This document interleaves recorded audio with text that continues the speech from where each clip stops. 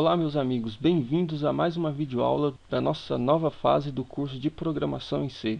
Na videoaula de hoje, vamos falar sobre um recurso muito interessante usado por várias linguagens de programação, chamado recursividade.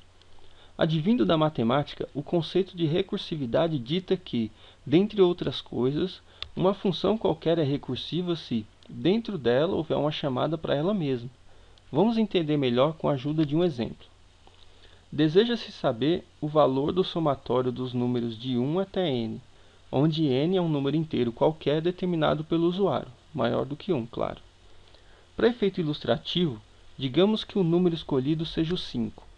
Dessa forma, a função que calcula o somatório terá de somar 1 mais 2 mais 3 mais 4 mais 5 e apresentar o resultado, que nesse caso é 15. Agora vamos ver como essa função pode ser recursiva. Primeiro, vamos chamar o somatório de 1 até 5 de S5. Reparem que S5 nada mais é do que o somatório de 1 até 4, que analogamente podemos chamar de S4, mais 5. Da mesma forma, S4 é igual a S3 mais 4, e assim por diante. Perceberam a recursividade? Não? Bom, para ficar mais fácil perceber as chamadas recursivas, vamos analisar o exemplo considerando a função somatória em si. Vamos chamá-la de soma. Quando passamos para ela o número 5, assim, soma de 5, o que ela vai fazer? De acordo com o raciocínio que foi demonstrado, essa função irá fazer soma de 5 é igual a 5 mais soma de 4. Ou seja, dentro da função soma, ela está chamando ela mesma. E isso irá continuar até chegarmos em soma de 1. Que será o que chamamos de critério de parada. O critério de parada, ou caso base, como também é chamado, é necessário em qualquer algoritmo recursivo e serve para interromper as chamadas sucessivas de função, evitando assim um loop infinito. Agora vamos ver como fica tudo isso que falamos em um código C. Essa nossa função ela tem um retorno inteiro e vai trabalhar com um número também inteiro, que é o número passado pelo usuário. Dentro da função, a primeira coisa que há é o critério de parada, ou seja, quando n for igual a 1, então a função se encerra, retornando o valor 1. Se n ainda não é 1, então a função vai para a parte recursiva, ou seja, irá chamar ela mesma para um número menor, n-1, e somar ao n atual, como vimos há pouco. Na prática, é assim. A função é chamada passando-se o valor 5. Como 5 não é igual a 1, então vamos para o else. No else, a função irá retornar 5 mais a função soma de n-1, que é 4.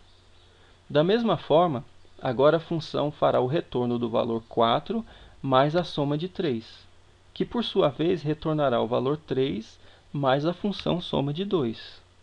A função soma de 2 fará 2 mais a soma de 1. Que possui uma característica importante. É nela que o critério de parada é satisfeito.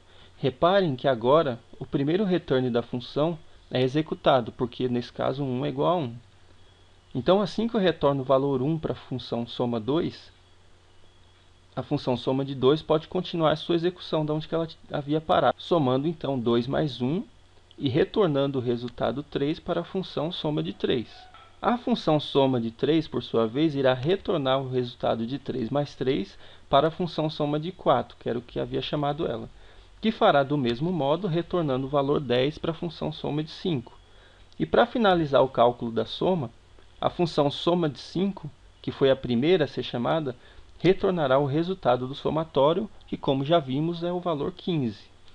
Então é dessa forma que funciona um algoritmo recursivo. Certo? E agora, para fixar na mente esse conceito de recursividade, vamos recorrer a um exercício básico. Sabe-se que o fatorial de um número, que é representado por n exclamação, é obtido multiplicando-se 1 vezes 2 vezes 3 até chegar no n. Por exemplo, 4 fatorial é igual a 1 vezes 2 vezes 3 vezes 4.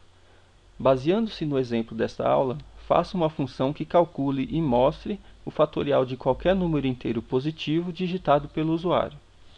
Senhores, ficamos por aqui Espero que tenham gostado da aula e que tenham realmente compreendido o conceito de recursividade, uma vez que ele será imprescindível para o entendimento das nossas próximas aulas, onde abordaremos assuntos novos, falaremos sobre novas estruturas de dados. Até a próxima!